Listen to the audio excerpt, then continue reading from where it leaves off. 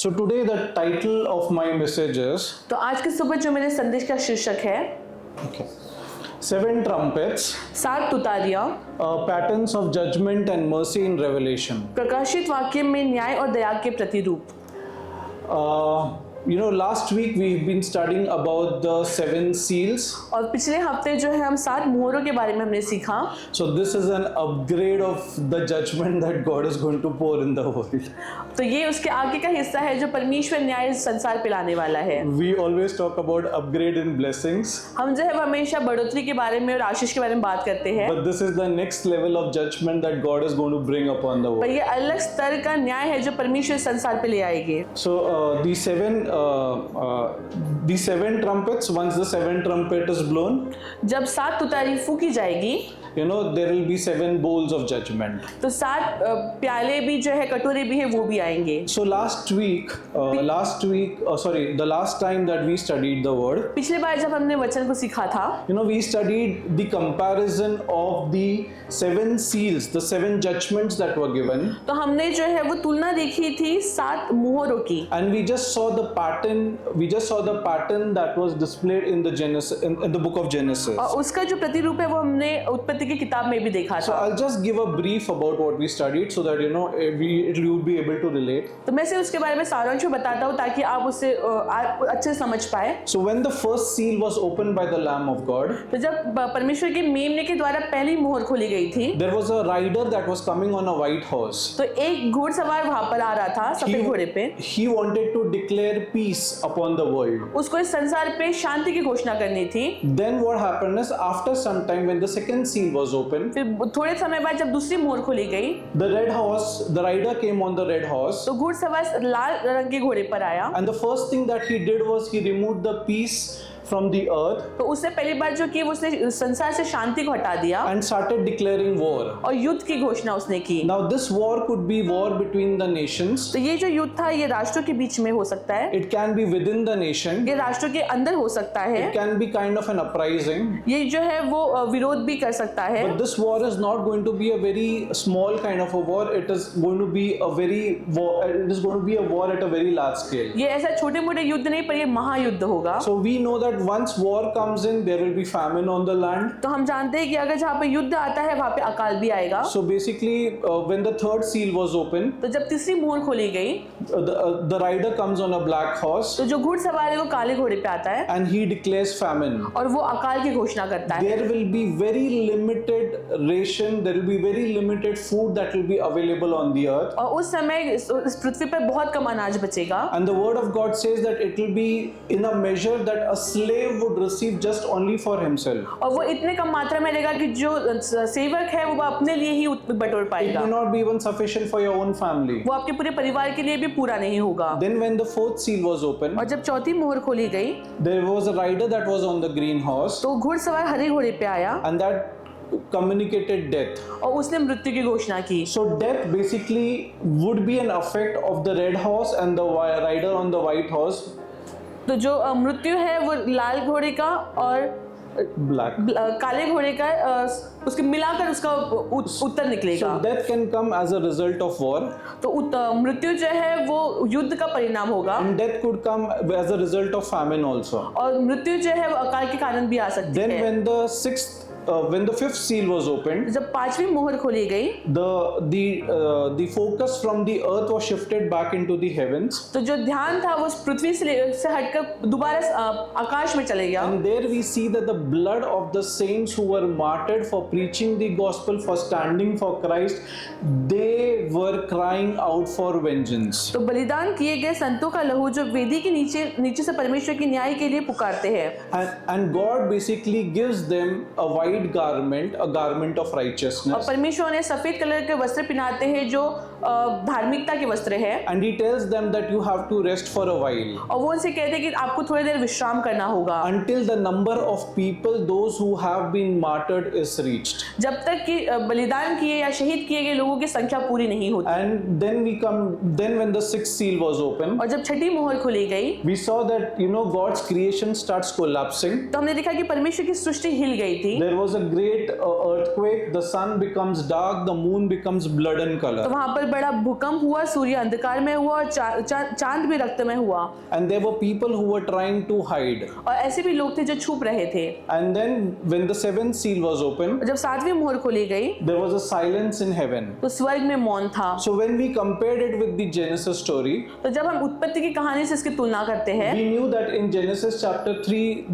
Eve was deceived by the serpent. तो हम जानते हैं कि उत्पत्ति के 3रे अध्याय में हवा ने जो है हवा को सर्प से धोखा मिला था। Right, then when we talk about the red horse, that is the war, God is basically causing a hostility between the offspring of man and offspring of the devil. तो जब हम लाल घोड़े की बात करते हैं जो युद्ध को दर्शाता है, तो हम वहाँ पे देखते हैं कि कैसे परमेश्वर के पुत्रों में भेद वहाँ पे होता है, परमेश्वर के पुत्र में और शैतान में भेद वहाँ पे होता है। Okay, then it's like then when we talk about the black horse famines, जब हम काले घोड़े के बारे में बात करते हैं जो अकाल को दर्शाता है, the ground is being cursed तो पृथ्वी जो है उसको श्राप मिलता है because of Satan.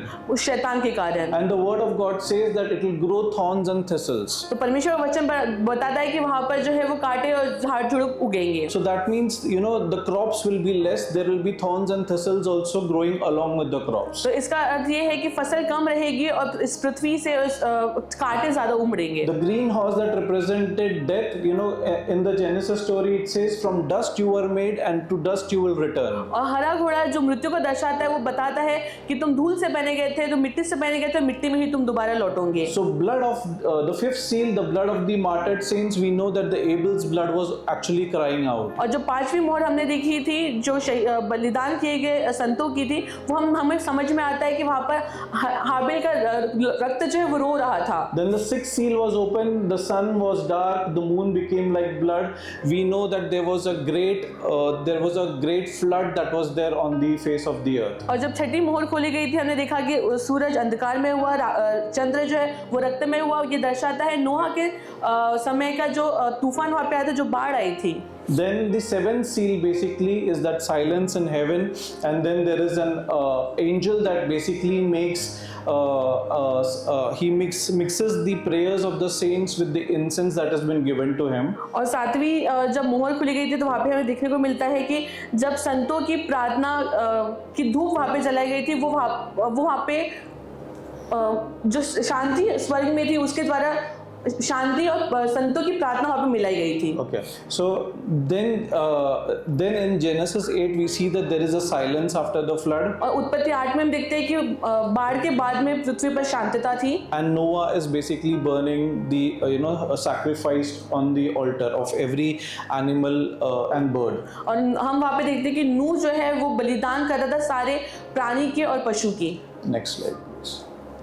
Okay, now there is something that I did not share last time. और ऐसी कोई बात है जो मैंने पिछले बार आपको नहीं बताई थी। Okay, I mean it's there in the book of Revelation itself. ये प्रकाशित वाक्य की किताब में तो है। The reason that I'm taking it today because it's very important, which cannot be missed. तो ये मैं आज इसलिए ले रहा हूँ क्योंकि ये बहुत महत्वपूर्ण है, हम इसे इग्नोर नहीं कर सकते। So Revelation chapter 7 verse 4 says that I heard the number of those who were sealed. और प्रकाशित वाक्य 7वां अध्याय वचन 4 कहता है कि मैंने वो सुना जिन पर मुहर लगाई गई है। 144,000 of all the tribes of the children of Israel were sealed.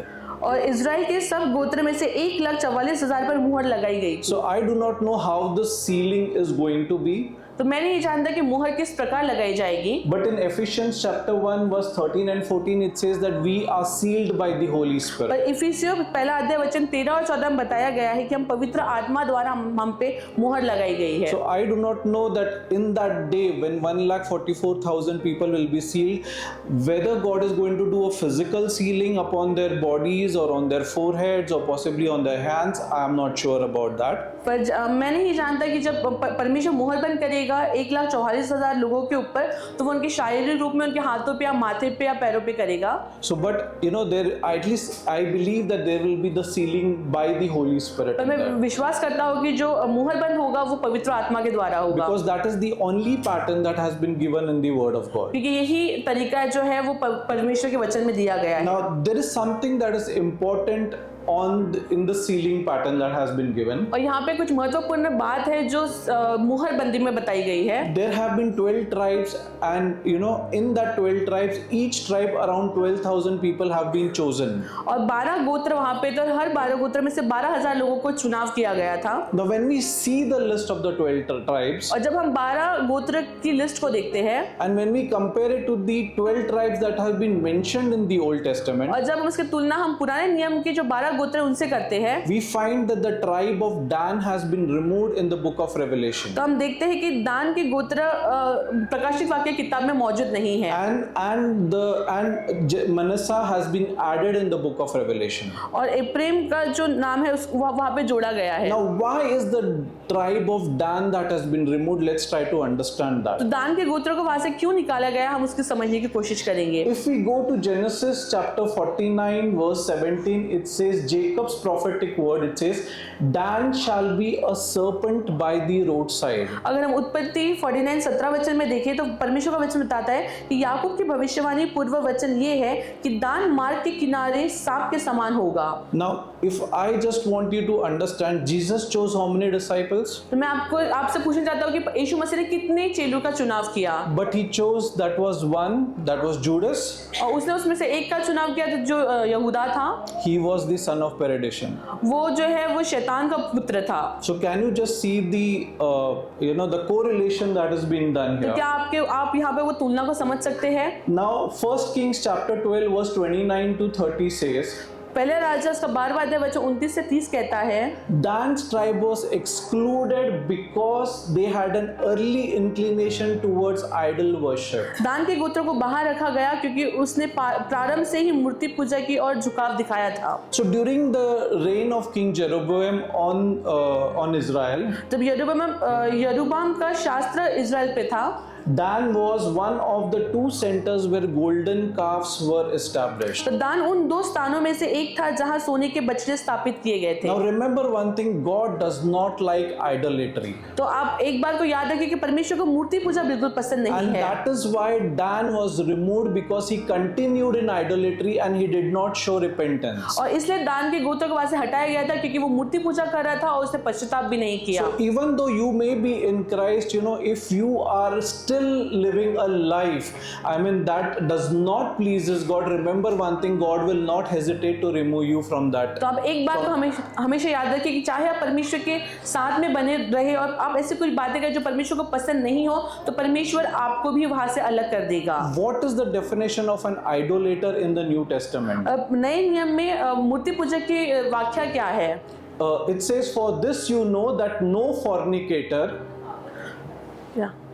Ephesians 5:5, क्योंकि तुम यह जानते हो कि कोई व्यभिचारी, unclean person, अशुद्ध व्यक्ति a covetous man, या लोभी मनुष्य who is an idolater, जो मूर्ति पूजक है, has any inheritance in the kingdom of God. मसीह और परमेश्वर के राज्य से कोई भाग नहीं रखता। So idolatry does not mean that it is just limited to worshipping idols. तो मूर्ति पूजा करना मतलब ये नहीं कि बस आप मूर्ति की ही पूजा करें। It is basically your sinful nature that you are continuing to live into it. तो ये आपका पापमय स्वभाव है जिसमें आप जी रहे हैं। You may have accepted Christ in your life, but your life is not showing the pattern of Christ. आपने मसीह को स्वीकार तो किया होगा पर आपका जीवन मसीह के जैसा नहीं दर्शाता है। And God is not pleased with such people. और परमेश्वर ऐसे लोगों से प्रसन्न भी नहीं होता। And God says that you are just an idolater. और परमेश्वर कहता है कि तुम बस एक मूर्ति पूजक हो। And this is basically confirmed not only by this one verse, but also in Galatians 5, in the book of Colossians also. और सिर्फ ये एक ही वचन का मैं आधार यहाँ पे नहीं रहा, पर इसका हमें जो मुहर हमें मिलती है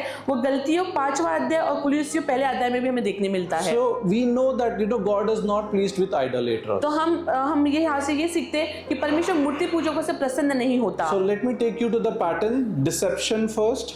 तो पहले मैं आपको धोखे की ओर ले जाऊंगा।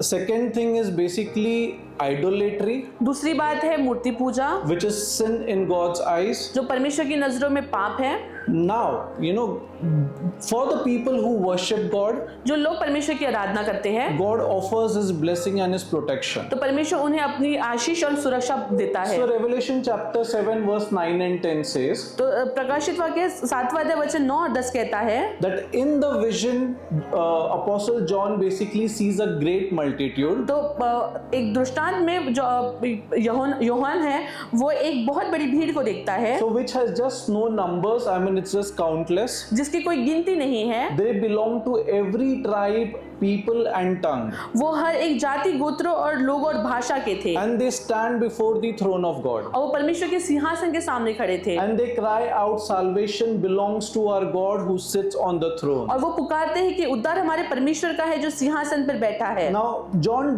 does not know who are these people. यूहन्ना नहीं जानता कि ये लोग कौन हैं, But then one of the angels basically tried to say that these are the ones who have come out of the great tribulation. तो वहां से एक दूत वो कहता है कि ये वे है जो बड़ी क्लेश काल के से निकल कर आए हैं, And they have washed their robes and made them white in the blood of the Lamb. और उन्होंने अपने वस्त्र मेमने के लहू से धोकर श्वेत किए हैं। Now in this case, there is no mention that they have been sealed. और यहाँ पर कहीं बताया नहीं गया है कि उन पर मुहर लगी गई है, But we do know that those who worship the Lamb of God, who are there before the throne of God, they are already spiritually sealed. पर हम ये जानते हैं कि जो परमेश्वर की आराधना करते हैं परमेश्वर के सिंहासन के सामने, वो परमेश्वर द्वारा उन पर मुहर लगाई गई है।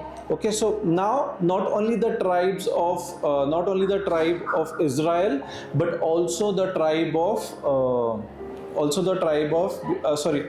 the people from other nations. सिर्फ इजरायली के 12 गोत्र नहीं पर बाकी लोग भी। Okay, so now let's come down to the seventh seal. तो आइए हम 7वीं मोहर को देखें। Now what happens in the seventh seal is the word of God says that there was silence in heaven for half an hour. तो हम 7वीं मोहर जब देखते हैं तो परमेश्वर का वचन बताता है कि आधे घंटे तक स्वर्ग में शांतता थी। Now there, if you know the pattern of the tabernacle, that there was also a golden altar of incense. अगर आप तंबू का पैटर्न देखिए तो वहां पर जो है वो धूप की वेदी भी वहां पर थी। That was just outside the curtain that separated the holy place and the holy of holies. वो बाहर था जो वो पर्दे के जो पवित्र स्थान और अति पवित्र स्थान में भेद करता था। So this is just a representation, a diagrammatic representation of what the altar of incense would look like. तो धूप की वेदी कैसे दिखती थी उसका बस एक चित्र है। This is that same altar which is also there present in heaven. और यही जो वेदी है ये स्वर्ग में भी उपस्थित है। And then there is an angel who stands before this golden altar. और एक दूत है जो सोने के वेदी के सामने खड़ा है। And he was given a great amount of incense. और उसके पास में बहुत भारी मात्रा में धूप दिया गया था। And the reason that he was given lot of incense, it was commanded to him that you are going to mix the prayer of the saints with this incense. और उसको इतनी धूप इसलिए दी गई थी ताकि वो संतों की प्रार्थना को इन धूप के साथ मिला सके। And then when the smoke from the incense reaches the throne of God, और जब इस दूहे का जो दूहा जब परमेश्वर के सामने उठता है, so the angel takes a censer. तो परमेश्वर एक सेंसर लेते हैं। That censer is just like a bowl. वो एक प्याले के समान It है। has got incense, it has got smoke. तो वो एक धूपदानी है जिसके अंदर धूप और धुआं भी है। So that incense, what he takes is the fire that is burning at the the outer court altar. तो जो बाहरी वेदी जो थी वहां से जो अग्नि आ रही थी, so where the sacrifices have been made, जहां पर बलिदान किए जाते थे, he takes the fire from that, he burns the incense, तो वहां से वो अग्नि लेके वो धूप को जलाते थे and then throws that on the earth. और उसको पृथ्वी पर फेंकते थे। So when that was thrown on the earth, और जब वो पृथ्वी पर फेंका गया, the word of God says that there were noises, thunders, lightnings and and an earthquake. तो परमेश्वर का वचन बताता है कि वहां पर आवाजें, गर्जन, बिजली और भूकंप हुए। You know what this basically reveals is that the prayer of saints goes to the throne of God, and you know it has a lot of effect. तो ये हमें ये दर्शाता है कि संतों की जो प्रार्थना है वो परमेश्वर के पास जाती है और इसके परिणाम भी भारी होते हैं। For a moment you may not see that you have received any answer, but the word of God says that the prayers of the saints is mixed with that incense and it reaches the throne of God. और अगर आपको ऐसा लग रहा है कि आपकी प्रार्थना का जवाब अभी तक आपको नहीं मिला, पर परमेश्वर सारी प्रार्थना को सुनता है, उसे जो धूप के साथ में वो आपके पास पहुंचाता है। So basically our prayers are not a prayers out of vengeance, but our prayers are basically seeking justice from God. तो हमारी जो प्रार्थना है वो बदले की नहीं होती है, पर परमेश्वर से न्याय के लिए होती है। So what does this prayer of saints actually do? तो ये संतों की प्रार्थना क्या करती है? They act as a catalyst for God's judgment on the वो world. संसार पर परमेश्वर के न्याय का कारण बनती है। They are crying out for justice from God. वो न्याय और प्रतिशोध के लिए पुकारते हैं। And what happens is, you know, God keeps on accumulating these prayers. और परमेश्वर इन सारी प्रार्थना को इकट्ठा करता है। And a day will come when a very harsher judgment will come on those against whom the prayers have been made. और परमेश्वर जिनके विरुद्ध ये प्रार्थना की है उनके ऊपर बहुत भारी दंड ले आएगा। So remember one thing, no prayer goes unanswered when it is made with a righteous heart, with a true heart. तो आप हमेशा ध्यान रखें कि कोई भी प्रार्थना व्यर्थ नहीं जाती अगर वो खराई से और धार्मिकता से की जाती है। God waits at an appropriate time to answer all those prayers. परमेश्वर एक सही समय के लिए रुकता है ताकि वो उस प्रार्थना का जवाब दे सके। Now once the seventh seal was opened,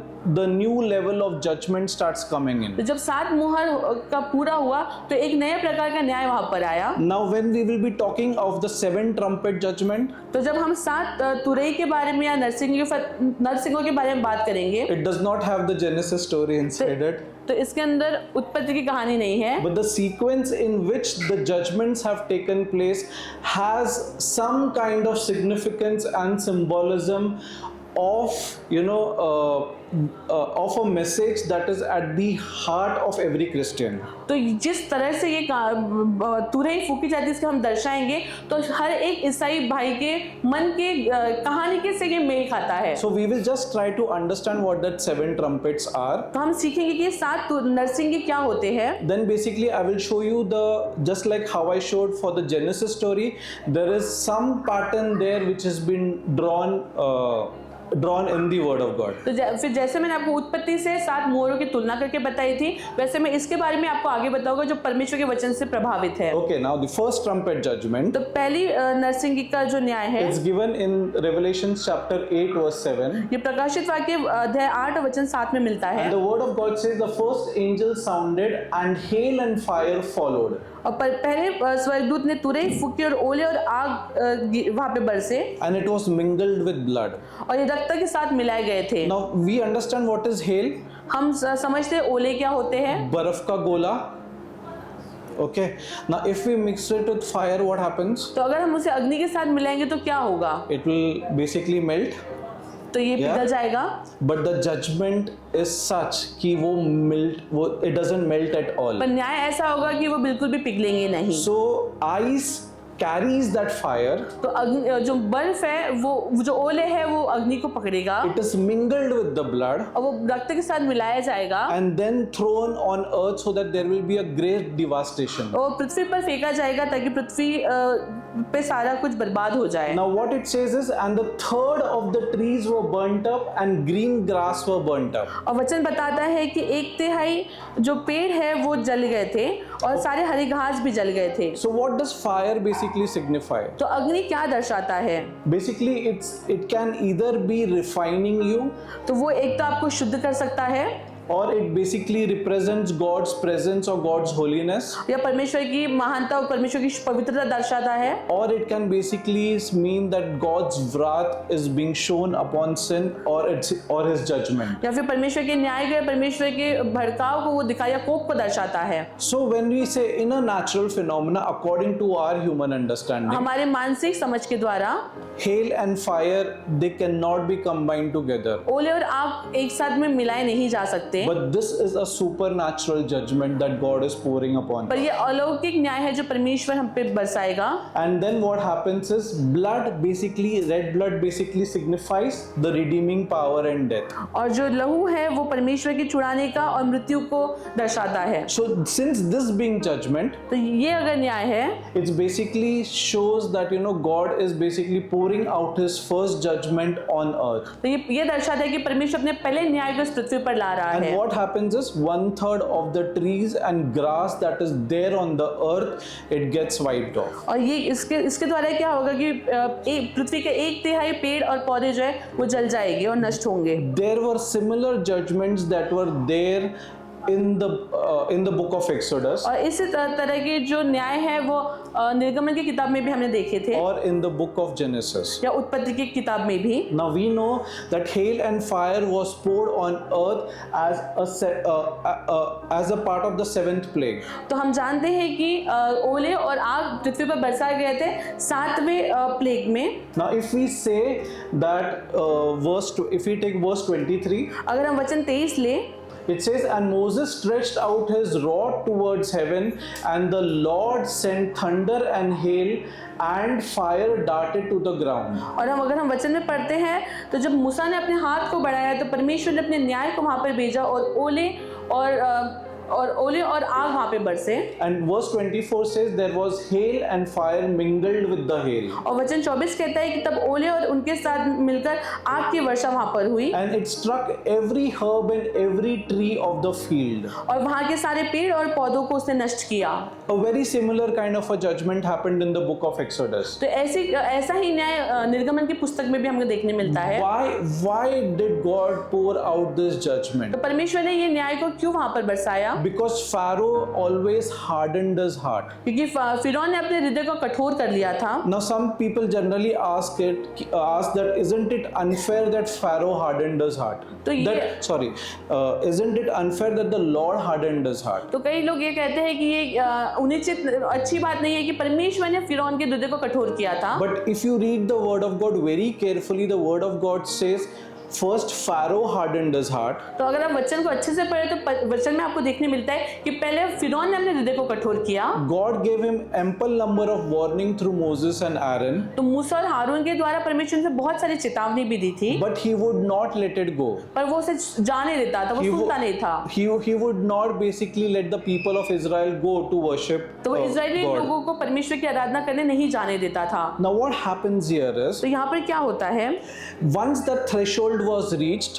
तो एक बार जब सीमा बहुत पार हो गई थी, God allowed that judgment to continue. So God now started hardening his heart. तो फिर परमेश्वर ने वहाँ पे न्याय को बरसाया और परमेश्वर उसके हृदय को कठोर करता गया। The word of God here says that because Pharaoh refused to listen.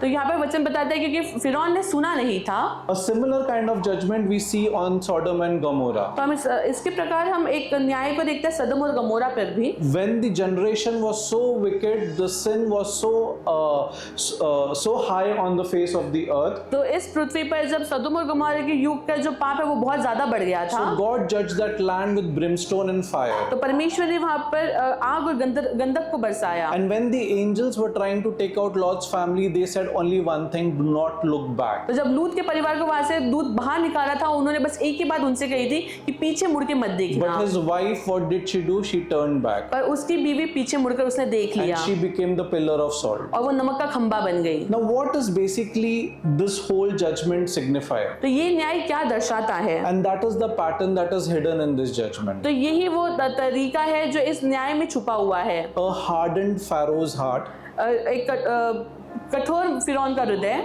and looking back into the world, that means an unrepentant heart. और संसार की ओर पीछे मुड़कर देखना। Now remember one thing, that if we are living that same lifestyle, having a hardened heart, अगर हम इसी तरह से अपने जीवन को बिताते हैं जहाँ पर हमारा हृदय बहुत कठोर है, not letting the word of God work inside us, परमेश्वर के वचन को हमारे हृदय में कार्य न करने देना, a time will come that you will start ignoring the word of God and you will continue to live the lifestyle that you were living before. तो आप परमेश्वर के वचन की ओर ध्यान नहीं देंगे, उसके मुताबिक चलेंगे नहीं और संसारिक तौर तरीके में अपना जीवन बिताएंगे। When you come into the kingdom of God, the word of God says that do not look back. तो जब परमेश्वर के वचन में आप आगे बढ़ते हैं तो परमेश्वर का वचन आपसे कहता है कि आप पीछे ना देखें। So basically the word that here comes out is repentance. तो यहाँ पर जो शब्द आता है वो है पश्चाताप।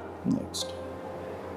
Let's see the second trumpet. हम दूसरे नरसिंगी को देखेंगे। Okay, and when the second angel sounded the second trumpet, तो जब दूसरे स्वर्गदूत ने तुरही फूकी and something like a great mountain burning with fire was thrown into the sea, और कुछ ऐसा दिखा जैसे आग से जलता हुआ एक बड़ा पहाड़ समुद्र में फेंका गया and a third of the sea became blood, और समुद्र का 1/3 रक्त सा हो गया। and the third of the living creatures in the sea died, समुद्र में जो जीव थे उनमें से 1/3 मर गए and the third of the ships were destroyed. और जहाजों का 1/3 नष्ट हो गया। So what does basically this great mountain signify? तो ये जो बड़ा पहाड़ है ये क्या दर्शाता है? You know, many people basically try to say that, you know, there will be a fiery meteor that is going to come on earth and, you know, it will devastate the land. तो बहुत लोग ऐसे कहते हैं कि बहुत बड़ा गोला जो है वो पृथ्वी की ओर आएगा और पृथ्वी को नष्ट करेगा। But let's try to understand, I'm not making any conclusion here, but, you know, I do believe that if God said that the judgment will come, it will come. तो मैं यहाँ पे कोई निष्कर्ष नहीं निकाल रहा हूँ, पर परमेश्वर अगर कहते हैं कि न्याय आएगा तो वो जरूर आएगा। How it is going to come, just like let's try to study or understand the patterns that how it can come. तो ये किस तरह से आएगा, तो इसका जो तौर तरीके हम थोड़ा सा उसके देखेंगे। So based on certain biblical verses that I have pulled out, तो कुछ परमेश्वर के जो वचन है जो मैंने यहाँ पर लिखे हैं, what does basically a great mountain तो signify? महान पहाड़ क्या दर्शाता है? So it can basically signify a very powerful human-centered kingdom, तो ये एक शक्तिशाली मानव केंद्रित राज्य को दर्शाता है, or it can be basically a world system that's running parallel to the godly system. या फिर ये विश्व प्रणाली का प्रतीक है जो परमेश्वर के विरुद्ध काम करता है। Okay. And maybe there can be a major worldly problem that can come on the earth. और संसार के बहुत महान पाप भी हैं जो इस पृथ्वी पर आएंगे। Now this mountain is burning. अब ये जो पहाड़ है ये जल रहा है। So the system that is already set, तो जो तौर तरीका पहले से मौजूद वहाँ पर है, God basically tries to pour out his fire or his judgment on that mountain. तो परमेश्वर उस पहाड़ पर अपने न्याय को दर्शाता है। God is basically trying to strike the very foundations of human prosperity and security. तो जो लोगों की जो सुरक्षा थी और उन्नति थी, परमेश्वर उन पर न्याय को दर्शाता है। And what happens is he just takes this mountain and basically throws it into the sea. तो परमेश्वर इस पहाड़ को लेता है और समुद्र में से फेंक देता है। We have basically heard this word a lot time that speak to the mountain to be cast into the sea. और हमने बहुत बार इस वचन को सुना है कि आप पहाड़ से बात करो और वो समुद्र में जा So गिरेंगे। when we have to assume it may not be a literal mountain, तो जब हम इसे कहते हैं तो इसका अर्थ नहीं कि हम सच्ची वाले पहाड़ को but मिले it हैं, can be a problem or a situation or, you know, a thing that is going in your life which looks like a very big तो ये mountain. ऐसे एक पहाड़ के समान आपके जीवन में कोई परिस्थिति या परेशानी भी हो सकती है। So it sometimes does not mean something that is very literal, but it sometimes signifies certain things. पर ये बहुत छोटी नहीं है, छोटी या बड़ी का बात नहीं है, पर ये उसी तरह उसे दर्शाती है। Now what happens when the burning mountain falls into the sea? तो क्या होता है जब जलता हुआ पहाड़ समुद्र में गिरेगा? It basically means that, you know, third of the sea becomes blood. तो समुद्र का 1/3 रक्त हो जाएगा। Okay, all the living creatures that are there inside it, they will die. जो भी जीव उसके अंदर है वो सब कुछ मर जाएंगे। Now it does not mean a literal sea also. इसका अर्थ ये वास्तविक समुद्र भी नहीं है। It basically means that it can be a sea of mankind, हो सकता है ये मानवता का समुद्र हो, where, you know, environmental and economic devastation will come automatically. जहाँ पर पर्यावरणिक या फिर आर्थिक विनाश भी आ सकता है। When we say that the third of the ships will be destroyed, जब हम कहते हैं कि 1/3 जहाज भी नष्ट हो so जाएंगे, during those days, you know, during those days, every trade would be carried by ships. तो उस जमाने में सारा जो व्यवसाय है वो समुद्र के द्वारा ही किया So जाता था। God will basically attack that very system of transportation through which the economic benefits have been taken. तो परमेश्वर जिस मार्ग से व्यवसाय या व्यापार वहाँ पे होता था, परमेश्वर उसी को वहाँ पे नष्ट करेगा। So what does this whole whole judgment mean तो about? ये न्याय क्या बताता है? That something that the world has established and made it prosperous. तो ऐसी कोई चीज है जो इस संसार ने बनाई है और उससे उन्होंने बढ़ोतरी दी है। That system which does not honor God. वो जो ऐसी व्यवस्थाएं जो परमेश्वर को आदर नहीं देती, God's basically going to bring fire on that system परमेश्वर उस सिस्टम के ऊपर अपनी अग्नि को बरसाएगा and devastate and destroy everything that is there on this earth. और इस पृथ्वी पर जो कुछ है वो उसे नष्ट कर देगा। We have seen 2-3 examples like this maybe or heard it. हमने ऐसे 2-3 उदाहरण देखे भी और सुने भी है। We have heard about 2008 Lehman crisis. हमने 2008 में लीमन क्राइसिस के बारे में सुना था, How the economic system actually really collapsed. जहाँ पर आर्थिक व्यवस्था जो है वो सच में ठप हो गई थी। We have seen 2020 COVID thing. हमने 2020 में कोविड को भी देखा। So God can bring His judgment in any such way that can just devastate economic prosperity of mankind. तो परमेश्वर अपना न्याय किसी भी प्रकार दर्शा सकता है जहाँ से आर्थिक चीजें का विनाश हो जाए। So this can be also of a similar pattern which I do not know, but remember one thing, the impact will be such that 1/3 of the economy will be completely destroyed and there is no restoration. Here in the past we saw restorations. तो ये जिस तरह का न्याय आएगा, हो सकता है कि हम आने वाले समय में भी इसी प्रकार का न्याय देखें जहाँ पे सारी चीजें जो है वो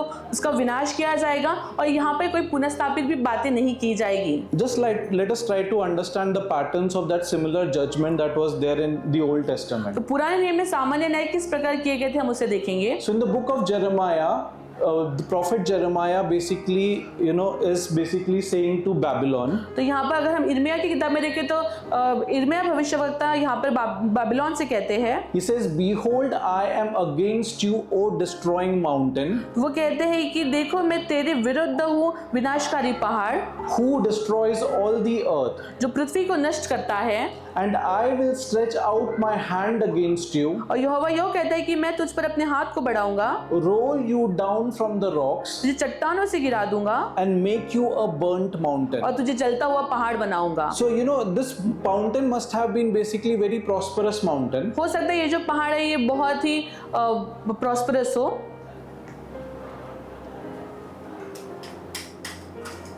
So it can be basically a very prosperous mountain. हो सकता है कि वो बहुत बढ़ोतरी वाला पहाड़ हो। But God is pouring out His judgment on Babylon. पर परमेश्वर अपने न्याय को बाबिल के ऊपर उड़ेल रहा है। He says in Jeremiah 51:24, he says, "I will repay Babylon and the people of Babylonia." और इर्मियास का 51:24 वचन में लिखा है कि मैं बाबिल और बाबिल के निवासियों को यरूशलेम के मेरे लोगों के प्रति उनके सारे पापों का बदला दूंगा। Praise God, she completed it.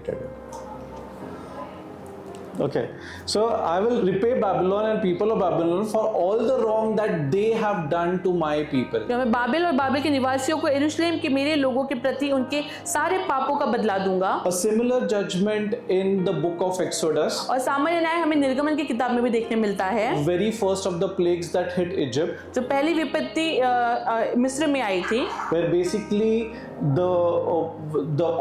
all the seas and rivers basically became turned into blood. क्योंकि वहाँ पे सारे जो जल के सोत्र थे वो रक्त में किए गए। Now what is Exodus 7:14 says? तो निर्गमन 7:14 क्या कहता है? And the Lord said to Moses, तो यहोवा ने मूसा से कहा, Pharaoh's heart is stubborn फिरौन का मन कठोर है and he still refuses them to go. और वह लोगों को जाने नहीं देता। That is why the first plague came on Egypt. इसलिए पहली महामारी जो मिस्र पे आई थी। So what is the conclusion of this? तो इसका निष्कर्ष क्या होता है? God is basically repaying God is pouring out His judgment on Babylon because they persecuted Israel. तो परमेश्वर अपना न्याय बाबिल पे लाता है क्योंकि उन्होंने इजराइली लोगों को सताया। A heart that's stubborn. एक हठीला उनका मन था। So is our heart like that, not responding to the word of God? क्या हमारा मन भी वैसा ही है जो परमेश्वर के वचन को प्रतिशोध So नहीं देता? even the second trumpet basically is calling out, repent from all your ways. तो दूसरा जो नरसिंगा है वो हमें यही कहता है कि सारी बातों में आप पश्चाताप करें। Now the third trumpet. तीसरा नरसिंगा, It says in Revelation chapter 8, प्रकाशित वाक्य इसके 8वें अध्याय में बताता है, and a great star fell from heaven. तो स्वर्ग से एक महान तारा गिरा, okay, burning like a torch. जो एक मशाल की तरह जल रहा So था। basically, when we say a star, we may think it's a literal star that is falling on the तो earth. जब हम सोचते हैं तारा गिर रहा है तो हम सोचते हैं कि कोई छोटा तारा इस पृथ्वी पर गिरा होगा, But let's try to understand what the word of God is trying to speak about. पर हम समझने की कोशिश करेंगे कि परमेश्वर का वचन क्या कहता है। So when it fell on the third of the rivers and on the springs of water, तो जब वो गिरा 1/3 नदियों पे और जल के सूत्रों पर, the name of that star is called as wormwood. तो उस तारे का जो नाम है वो है कड़वाहट, And the third of the waters became wormwood, और उसका जो 1/3 जल है वो कड़वा हो गया, and many men died from the water. और बहुत से लोग वहां पर उस पानी के द्वारा मर गए। Why? Because it became bitter. वो क्यों मरे? क्योंकि पानी बहुत कड़वा था। Okay, now the star name is basically wormwood. तो वो जो तारे का नाम वो है wormwood. So wormwood in Greek means apsinthos. तो यूनानी शब्द में इसका अर्थ होता है कड़वी वस्तु। Okay, it means actually in English it means bitterness. So she's already translated. Praise God. But it's now remember one thing, when we say star, we say that it can be Satan. तो जब हम तारे की बात करते हैं तो वो हो सकता है कि वो शैतान भी हो, But in the book of Revelation, Satan's role is totally different. पर अगर हम प्रकाशित वाक्य की किताब में देखें तो शैतान का काम पूरा अलग ही है। Okay, let's study. Luke chapter 10 verse 18 says, I saw Satan fall like lightning from heaven. तो अगर हम लूका की किताब देखें तो वचन कहता है कि मैंने शैतान को चमकते हुए तारे की तरह गिरते हुए In देखा। Isaiah 14 it says, how you are fallen from heaven, O shining star. तो अगर हम यशायाह की किताब में देखें तो कहते हैं कि हे भोर के पुत्र उज्जवल तारे, तू स्वर्ग से कैसे गिर गया। So there is a separate role that is there in the book of Revelation for Satan, but this star that has fallen is some demon, I would say like that. तो शैतान का जो कार्य है या उसका जो रोल है वो प्रकाशित वाक्य में बहुत अलग है। तो यहाँ पे जो तारा गिरा है वो कोई दुष्ट आत्मा ही थी। So basically it's like a fallen angel, तो ये गिरा हुआ दूत के समान है, or it's a high ranking demon. या फिर ये उच्च पद वाला कोई दुष्ट है। Okay, so now in the fifth trumpet, और ये 5वीं नरसिंगे में, which we will also be studying, जिसके बारे में हम आगे पढ़ेंगे, there is a star that falls from heaven. वहां पर भी एक तारा है जो स्वर्ग से गिरता है। And the word of God says, he was given a key of the bottomless pit. और उसके पास में जो है वो कुंजी दी गई थी जो अथल की कुंड की है। So in the fifth trumpet there was a star. तो 5वें नरसिंगे में एक तारा है, In the third trumpet there is a great star. और तीसरे नरसिंगे में महान तारा है। So in the third trumpet, this angel must be of a high ranking fallen angel than the fifth one. तो हो सकता है कि जो तीसरी जब तुरई फूकी गई थी तो जो तारा या दूध यहाँ पे गिरा था वो उच्च स्तर वाला होगा। So I'm just trying to give you a comparison of what the star means, not a literal star. तो मैं बस आपको तुलना करके बता रहा हूँ कि इस तारे का अर्थ यहाँ पे क्या हो सकता है। Okay, now Satan's activities are defined separately. Okay, fine. Similar judgments are there in Jeremiah 9:15. और इसे समान तरह के जो न्याय है वो आपको यिर्मयाह 9:15 में भी देखने मिलता है। It says that, so now this is what the Lord of heaven's army, the God of Israel says, look, I will feed them with bitterness and give them poison to drink. इसलिए सेनाओं का यहोवा Israel का परमेश्वर कहता है, देखो मैं उन्हें कड़वाहट खिलाऊंगा और उन्हें विषक्त जल पिलाऊंगा। Now why is God telling this to the people of Israel? तो ये परमेश्वर इज़राइली लोगों से क्यों कह रहा है? Why? Because he says in the word, if we read that whole context, it says, they have abandoned my instructions. अगर आप सोचोगे कि परमेश्वर से क्यों कह रहा है, क्योंकि उन्होंने बहुत बार परमेश्वर की जो चेतावनी थी उसका उल्लंघन किया। They refused to obey. उन्होंने वो आज्ञा मानने से इनकार किया। They stubbornly followed their own desires. और उन्होंने सिर्फ अपने मन की बातें ही वहां पर पूरी की। You know, sometimes we have that very casual attitude, हाँ मालूम है लेकिन हम लोग फिर भी यही करेगा. We go our own path, and they worshipped Baal. और उन्होंने जो है वो बाल की आराधना की। Remember one thing, every act of ours we have to give response to God. और हम जो भी करते हैं हमें उसका जवाब परमेश्वर को देना ही होगा। Okay. Proverbs chapter 5 verse 3 to 5 it says, नीति वचन 5 वाला वचन 3 से 5 कहता है, the reason why I'm giving all this reference is basically to make you understand what the wormwood means. मैं आपको इसका ये उदाहरण इसलिए दे रहा हूँ ताकि आप समझो कि वर्मवुड का अर्थ क्या होता है। It doesn't, everything that is mentioned in the book of Revelation doesn't mean it has come out of nowhere. तो जो बात जो प्रकाशित वाक्य में लिखी गई है वो ऐसा नहीं है कि बस वहाँ पे बस मौजूद है। It says, for the lips of an immoral woman drip honey.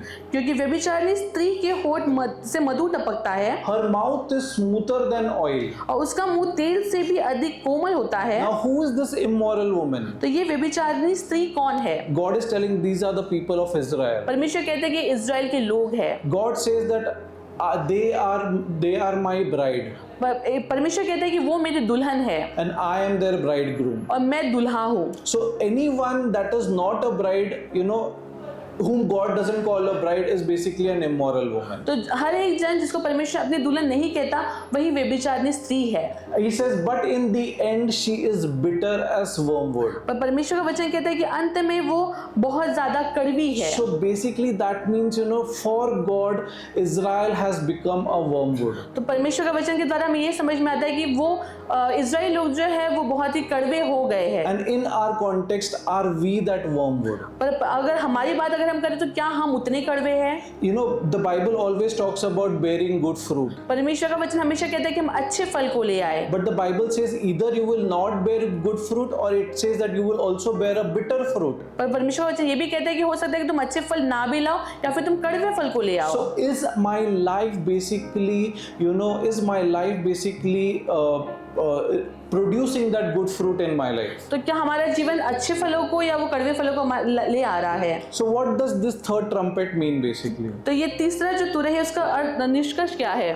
This is a demonic judgment that God is going to bring on earth. यह एक दुष्टात्मिक न्याय है जो परमेश्वर इस पृथ्वी पर ले आएगा। He through the enemy is going to poison the fresh waters. और जो मीठे जल जो है वो दुश्मन आके उसको विषभक्त करेगा। Now what does this water signify? ये पानी क्या दर्शाता है? It basically means that God's word is like a pure water. वो ये दिखाता है कि परमेश्वर का वचन जो है वो साफ पानी के समान है। So when the word of God basically says that it becomes a poisonous water, that means Satan's lie is trying to infect God's word. तो जब परमेश्वर का वचन यहाँ पे कहता है कि वो पानी में विष मिल जाएगा, इसका अर्थ ये है कि शैतान जो है वो परमेश्वर के कार्यों में विष घुलता है। That's why we are having the false gospels and the false doctrines. इसलिए हमारे पास में कुछ झूठे वचन भी है और झूठे संदेश भी है। That is why it says it's poisoning the fresh water. तो इसलिए वो कहते हैं कि वो अच्छे पानी को विष भरा कर रहे हैं। And just because of this, what happens is 1/3 of the earth of the rivers, springs of rivers become wormwood. और इसके द्वारा क्या होगा कि 1/3 जो नदी है और जो सोते हैं वो कड़वे हो जाएंगे। Now how is this judgment going to come? तो न्याय किस प्रकार आएगा? It can be a very little judgment where God is going to do this. हो सकता है कि न्याय बहुत थोड़े प्रमाण में भी आए। But before this there will be that God's word will be tried to destroy, and whoever tries to destroy God's word, they will be put to judgment. और हो सकता है कि जो भी परमेश्वर के वचन को बर्बाद करना या नष्ट करना चाहेगा उन पर न्याय बरसेगा। The most important thing is these people who drink of this water, they will die. और सबसे महत्वपूर्ण बात यह है कि जो इस पानी से पिएगा वो मरेगा। So whoever buys Satan's lies into his life, whoever is hardening his heart, God is going to bring death into their life. तो जो भी शैतान के झूठ को अपने जीवन में स्वीकारते हैं या अपने सारी चीजों को शैतान को अपना प्राथमिक स्थान देते हैं तो परमेश्वर का न्याय उन पे आएगा और वो उनकी मौत हो जाएगी। John chapter 7 verse 38 says, यूहन्ना 7वां अध्याय वचन 38 कहता है, He who believes in me, जो मुझ पर विश्वास करता है, out of his heart will flow the living waters. तो उसके हृदय से जीवन के जल की नदियां बहेगी। Okay, John 4:14 says, यूहन्ना 4:14 कहता है, that whoever drinks of the water that I shall give him will never thirst. जो कोई वह जल पिएगा जो मैं दूंगा वो फिर कभी ना प्यासा होगा। But the water that I give him, पर जो जल मैं उन्हें दूंगा, will become in him a fountain of water springing up into everlasting life. तो वो उनमें अनंत जीवन के लिए उमड़ता हुआ सोता बनेगा। So if you live a life that is borrowed from Satan's lies, that will seem so comfortable, that will seem so appealing, God's death is going to come upon you. तो अगर आप शैतान के झूठ से लिए हुए जीवन को व्यतीत करते हैं जो काफी मजेदार और सरल आपको लगती है, तो परमेश्वर का न्याय आप पे आएगा और आप मृत्यु को देखोगे। Now, if you are accepting God's word and living by God's word, what God promises that you will from out of you will flow the fountains of living water that becomes everlasting life. और अगर आप परमेश्वर के वचन पर बने रहते हैं, उसके द्वारा आप जीते हैं, तो परमेश्वर का वचन आपसे कहता है कि वो आप में से ऐसी नदियों को बहाएगा जो अनंत जीवन तक उमड़ता रहेगा। So what is the conclusion of all this? तो इसका कंक्लूजन क्या है? If you have abandoned God's instructions? क्या आपने परमेश्वर की आज्ञा का उल्लंघन किया है? Are you embracing Satan's lies? क्या आप शैतान के झूठ को अपनाते हैं? Are you still refusing to obey God's word? आप परमेश्वर के वचन को मानने से इनकार करते हैं? Are you following your own desires? क्या आप अपने स्वयं की इच्छा के पीछे चलते हैं? Following idolatry? आप मूर्ति पूजा के पीछे जाते हैं? Being unfaithful to God, just like that immoral woman whom God calls Israel as? आप परमेश्वर के प्रति अविश्वासी है जैसे वो व्यभिचारिणी स्त्री थी। So this is how God's judgment is going to be. तो इस प्रकार परमेश्वर का न्याय वहां पर आएगा।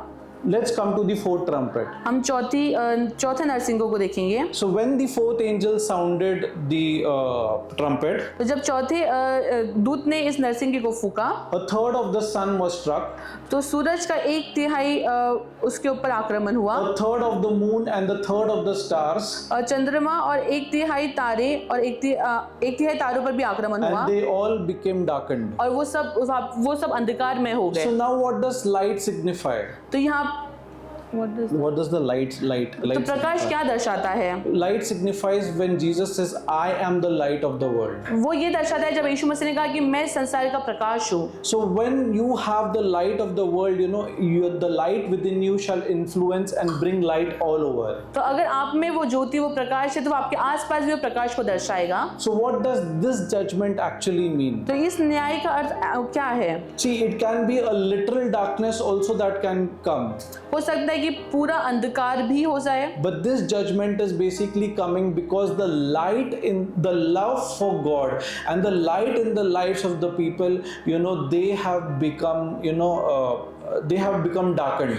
तो ये इसलिए आएगा क्योंकि परमेश्वर के लोगों के जीवन में जो प्रकाश है वो कम पड़ गया, उसकी रोशनी कम हो गई। Your love for God will start diminishing in those last days. तो अंतिम दिनों में आपके प्रति जो परमेश्वर के लिए जो प्रेम है वो कम हो जाएगा। And then what happens is the word of God says, woe, woe to the inhabitants of the earth. और परमेश्वर का वचन कहता है कि हाय हाय सारे पृथ्वी के लोगों पर। Now there are 3 woes that have been mentioned here. तो वहाँ पे 3 हाय को दर्शाया गया है। These woes are basically associated with the 5th trumpet, the 6th one and the 7th one. तो ये जो 3 हाय है ये 5वीं, 6वीं और 7वीं तुरई के बारे में है। That is going to basically follow the 4th judgment. तो ये चौथे न्याय के बाद आएगा। So basically what is God trying to say here? तो परमेश्वर यहाँ पे क्या दर्शाना चाहते हैं? There was a similar judgment that happened in the book of Isaiah. और यशायाह की किताब में इसी प्रकार का न्याय हुआ था।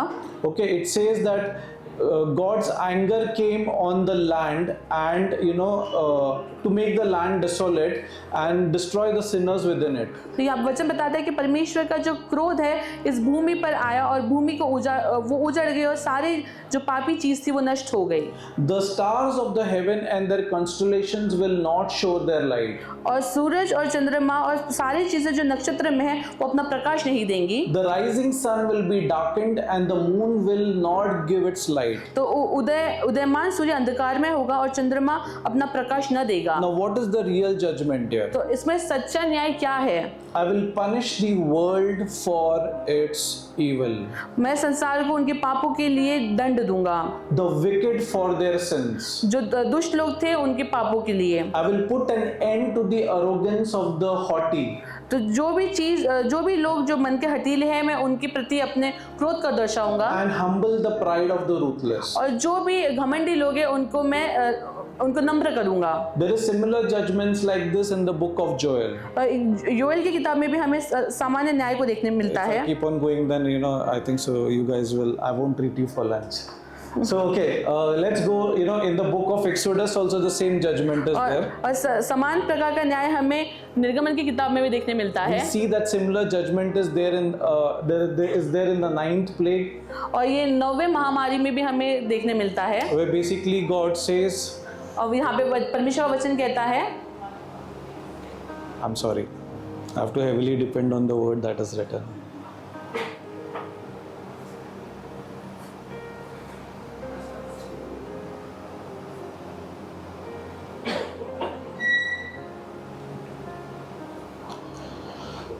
Okay, the Lord says to Moses, तो परमेश्वर मूसा से कहता है stretch out your hand towards heaven, कि अपने हाथ को स्वर्ग की ओर बढ़ा, that there may be darkness all over the land of Egypt. ताकि मिस्र के सारे भाग पर अंधकार हो जाए। Now the real thing is here. तो यहाँ पे जो सच्ची घटना वो ये है, The darkness that may even be felt.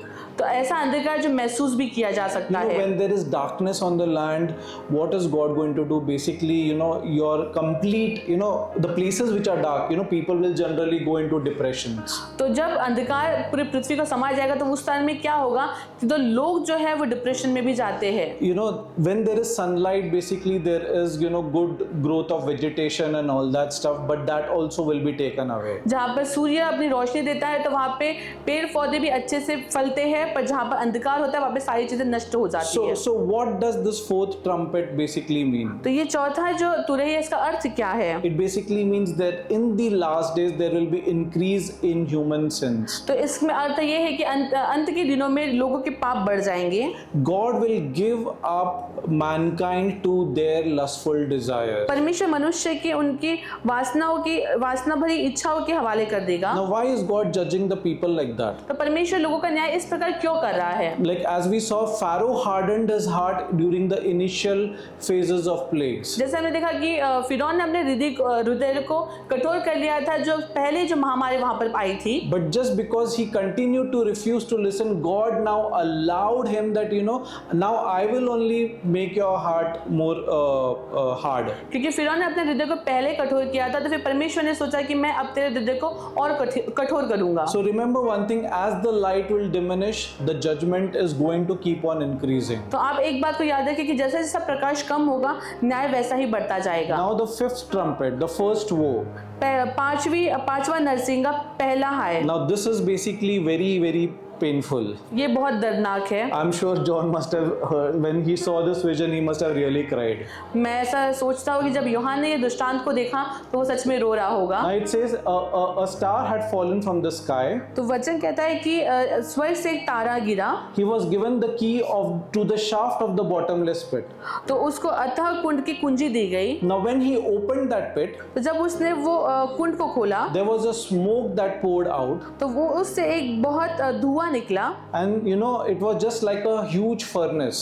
तो एक वो भट्टे के समान उससे धुआं निकला। The sunlight and the air became completely dark and polluted. जिससे सूर्य का प्रकाश और वायु अंधकारमय हो गई। Now what comes out of it? तो उससे क्या निकलता है? Locust. उससे निकलती है टिड्डियाँ। Okay, locust came from the smoke and descended on the earth. तो उस धुएं से टिड्डियाँ निकली और पृथ्वी पर समा गई। And they were given power to sting like scorpions. और उनको डंक मारने की क्षमता दी गई थी बिच्छुओं के समान। Now, I mean, a locust giving the power to sting like scorpions, that means it should be very painful. तो अगर टिड्डियों को वो सामर्थ दी गई है बिच्छुओं के समान डंक मारने की तो वो काफी दर्द भरा होगा। Now, this is basically very supernatural. और ये बहुत अलौकिक है। This is not something very natural. Locusts have the tendency to destroy crops and trees. जो टिड्डी है उनके पास में शक्ति सामर्थ्य ये होती है कि वो पेड़ पौधों को बर्बाद कर सके। But it was told to them not to harm the grass and not to harm the trees. पर उन्हें बोला गया था कि आप पेड़ पौधों को हानि ना पहुंचाए। But only the people who did not have the seal of God on their foreheads. पर सिर्फ उन मनुष्यों को जिनके माथे पर परमेश्वर की मुहर नहीं है। They were told not to kill them, उन्हें कहा गया था कि उन्हें मार ना दे, not to torture them. उनको यातना ना दे। Sorry. but to torture them. पर उनको याद ना दें, Okay, and this pain will be there for 5 months, और ये जो दर्द है ये 5 महीने तक रहेगा, like the pain of a scorpion sting. जैसे कि बिच्छू की डंक का दर्द होता है। In those days, people will seek death, और तो उन दिनों में लोग जो है वो मृत्यु को खोजेंगे but will not find it. पर वो उसे नहीं पाएंगे। They will long to die, वो मरना चाहेंगे but death will flee from them. पर मृत्यु उनसे भाग जाएगी। I'm sure this is going to be very painful. तो मैं ये सोच रहा हूँ कि ये बहुत दर्दनाक होगा। So, it is going to only affect the people who did not have the seal of God on their foreheads. तो ये उन्हीं लोगों को उन पर ये ताड़ना आएगी जिनके माथे पर परमेश्वर की मोहर नहीं है। So basically, what we have been speaking all about is like, it is very important to obey God, take His word seriously, because His judgments are also going to be real. तो जब हम यहाँ पे सीख रहे हैं, पढ़ रहे हैं, तो उसका अर्थ यही निकलता है कि हम परमेश्वर के वचन को गंभीरता से लें, उसके वचन पर हम बने रहें, क्योंकि जो परमेश्वर का न्याय आएगा वो काफी दर्दनाक होगा। We see basically a similar kind of judgments which is linked with the 8th plague, where locusts basically attacked the land of Egypt. और हम सामान्य न्याय जो है वो निर्गमन की पुस्तक में भी देखते हैं, जब 8वीं महामारी, जब टिड्डियों ने वहां पे आक्रमण किया। I won't go into the details, but because you all know the word of God well, मैं इसके डिटेल्स में नहीं जाऊंगा क्योंकि मैं विश्वास करता हूँ कि आपको परमेश्वर का वचन पता है। a similar kind of judgment was there also in the book of Joel, because people of Israel disobeyed God. और इसी प्रकार का जो न्याय है वो योएल की किताब में भी हुआ था, क्योंकि इजराइल लोगों ने परमेश्वर की आज्ञा को वहां पे नहीं माना। So the reason first woe means, it's the judgment, the intensity of judgment will increase. तो पहला शोक या पहले हाई का अर्थ ये होता है कि अभी जो ताड़ना आएगी उसका जो प्रमाण है वो बढ़ता जाएगा। What is the conclusion here? तो यहाँ पे इसका कंक्लूजन क्या है? They are refusing to submit to God. वो परमेश्वर के अधीन आने से इनकार करते हैं। And God is basically trying to tell him in the book of Joel, turn to me now while there is time, give your hearts to me. तो परमेश्वर उनसे कहता है कि आप मेरे और मुड़ो, अपना दिल हृदय मुझे दो, क्योंकि अभी भी समय आपके पास है। So this is also the time. Those who have been living a life of disobedience, you know it very well. I would suggest that please examine your life. God is trying to say, turn to me now while there is time. तो मैं आपसे कहना चाहता हूँ कि आप भी अपने जीवन को एक बार इसकी जांच करें, और परमेश्वर आपसे आज भी ये कह रहा है कि जब समय है तो आप मेरी ओर मुड़ लें। Give me your hearts. अपना हृदय मुझे दे। 6th trumpet. छठवीं नरसिंगा। This is basically the second woe. ये दूसरी हाय या दूसरा शोक है। 1/3 earth population killed, and this is literal. मानवता का 1/3 नष्ट होना, और ये सच वास्तविक ऐसे ही होगा। Okay, now when the 6th angel blew his trumpet, तो जब छठवें स्वर्गदूत ने तुरही फूकी, the word of God says that release the 4 angels who are bound at the great Euphrates river. तो परमेश्वर का वचन कहता है कि परमेश्वर ने स्वर्गदूत से कहा कि उन 4 स्वर्गदूतों को जो बड़ी नदी फरात के पास बंधे हुए हैं खोल दे।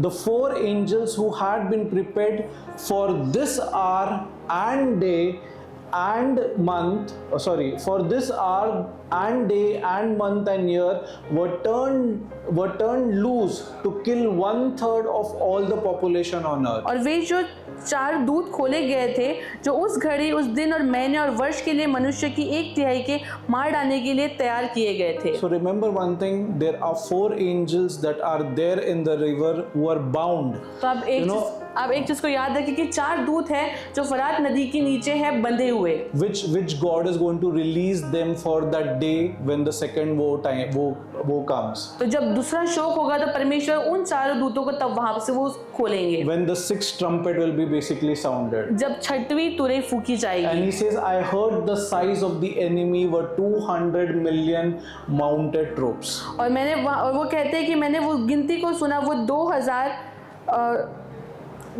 200 million means around 20 lakhs. वो 20 करोड़ थी। 2 करोड़ 2 करोड़ 20 था। करोड़ बचा नहीं 2 करोड़ 2 करोड़। ठीक है। Okay, 200 million mounted troops. Okay, so now you know they are real demonic oppressing.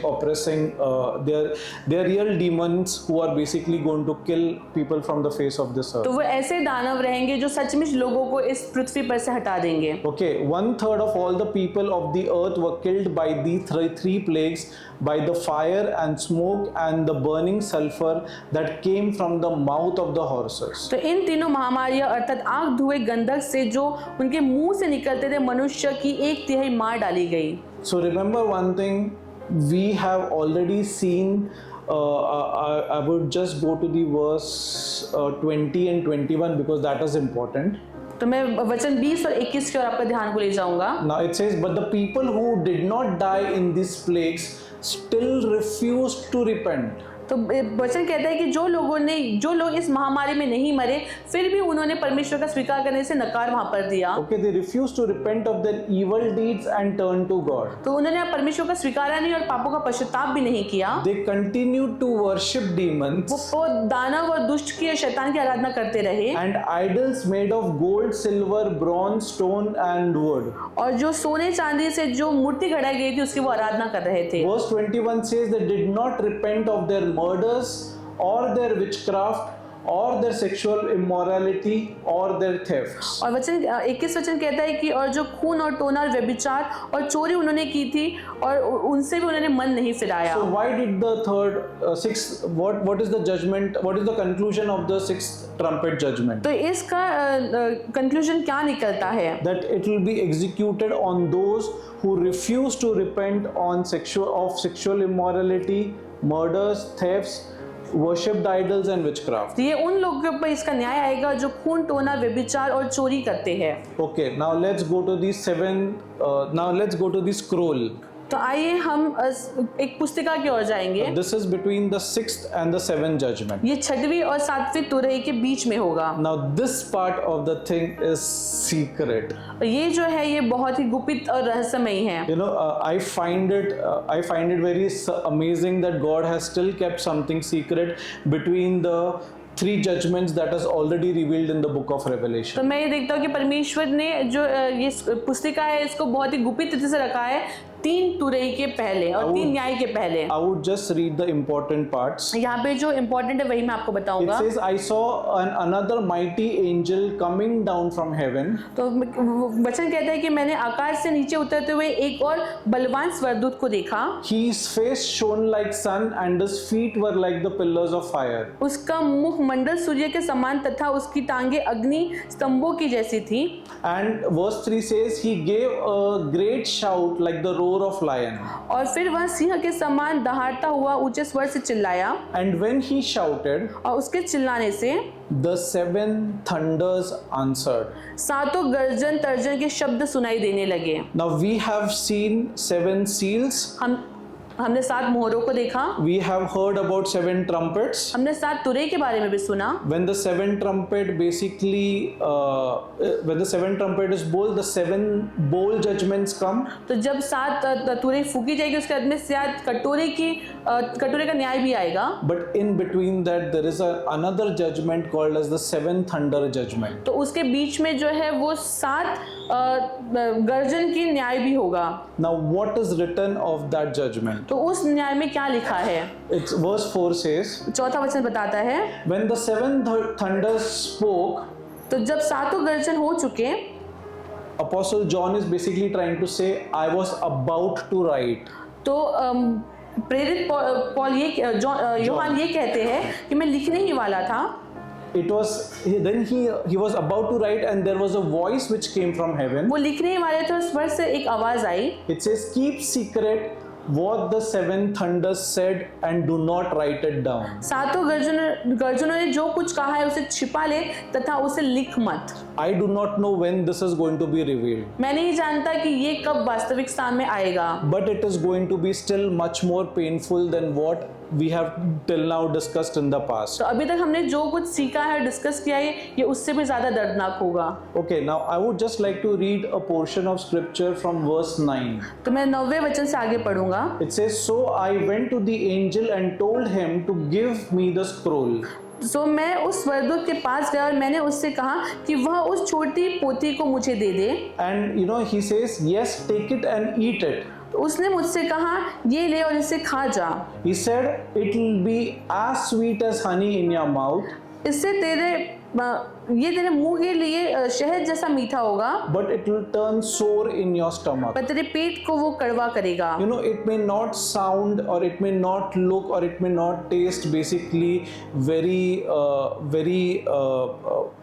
destructive or very harmful, ये हो सकता है कि ये बहुत नाश करने या विनाश करने वाला तो नहीं हो, but it will start turning sour in your stomach. पर वो आपके पेट वो पेट में जाके कड़वा हो जाता है। I'll just give you an example. मैं आपको एक उदाहरण देता हूँ। We all must have had sometimes food poisoning.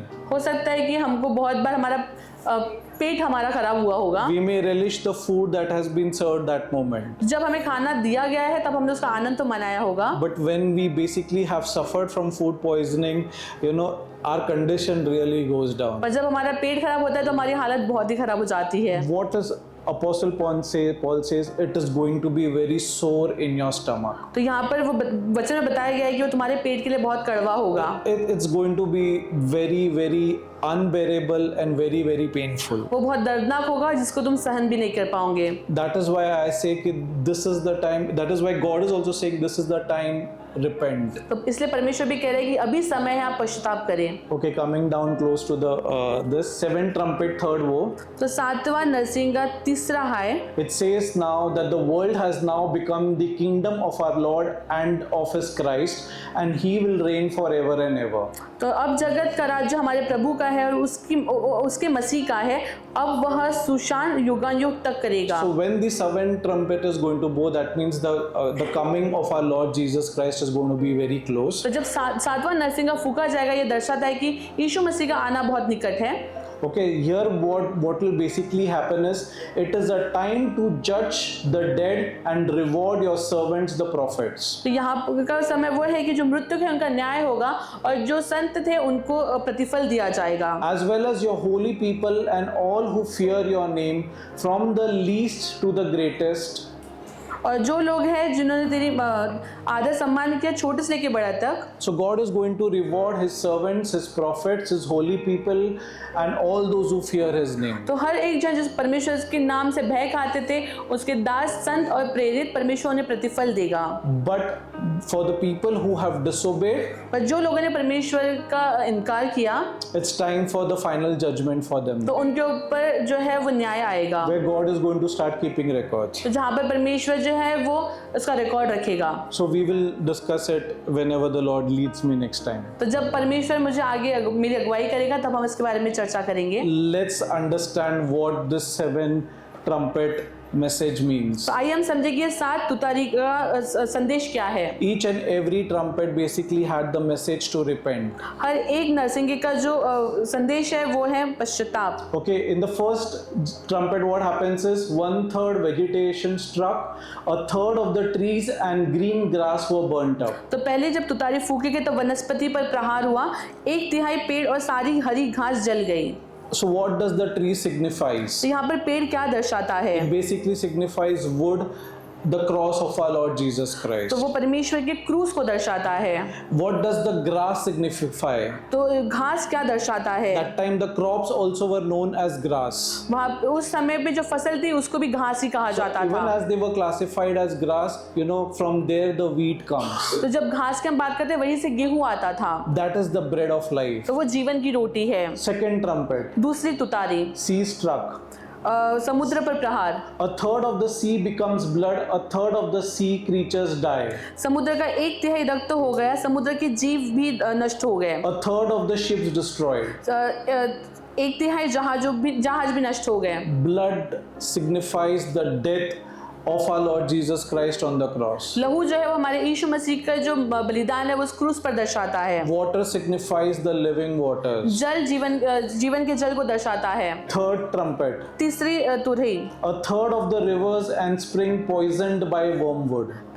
जल पर प्रहर, जहाँ पर नदियाँ और झरनों की 1/3 का हिस्सा कड़वा हो गया। It was poisoned by wormwood and many men died from the water.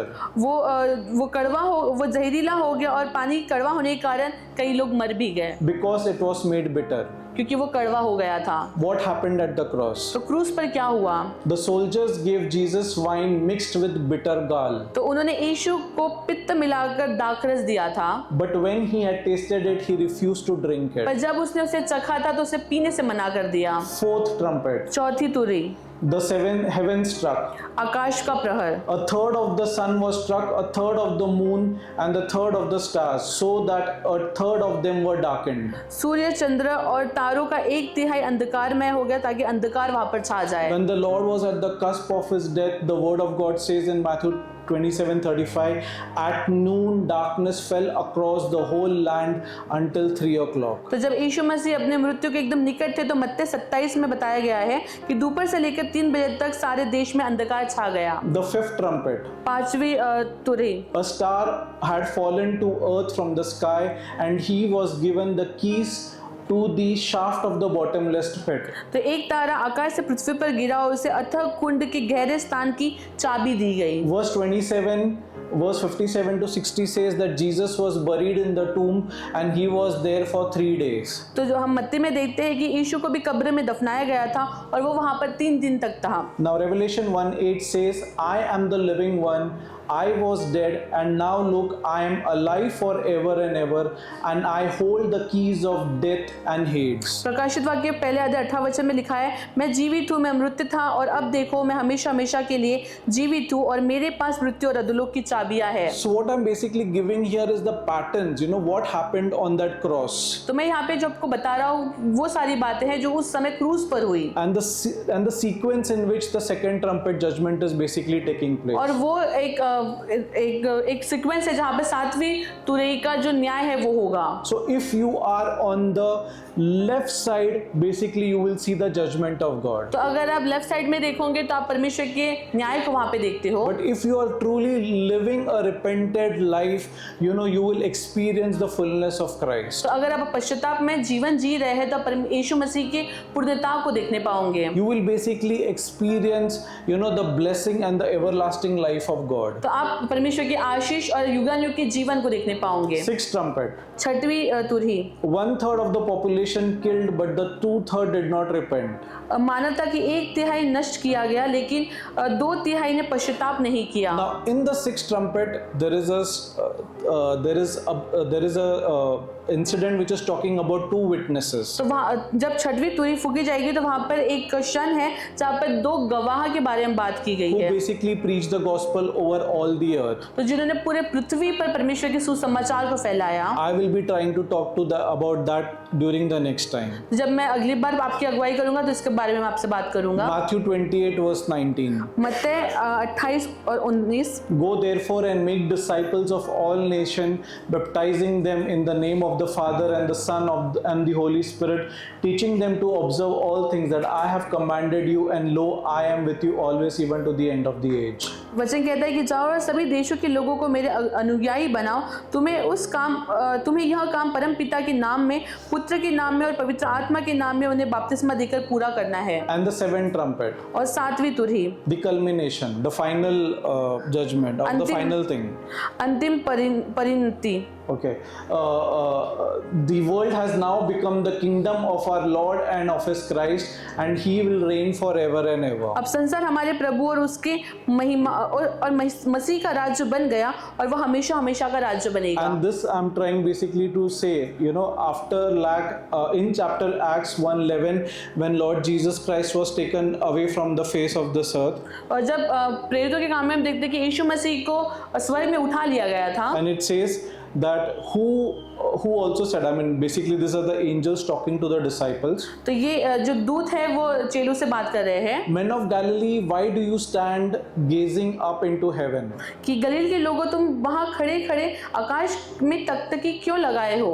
This same Jesus who was taken up from you into heaven will so come in the like manner as you saw him go into heaven. और यीशु जिस तरह तुम्हारे बीच से स्वर्ग में ऊपर उठा लिया गया, उसी तरह वो तुम्हें फिर आते हुए देखेगा। So that means the Lord is also going to come back. इसका अर्थ ये है कि मसीह दोबारा आएगा। So all these 7 trumpets has basically the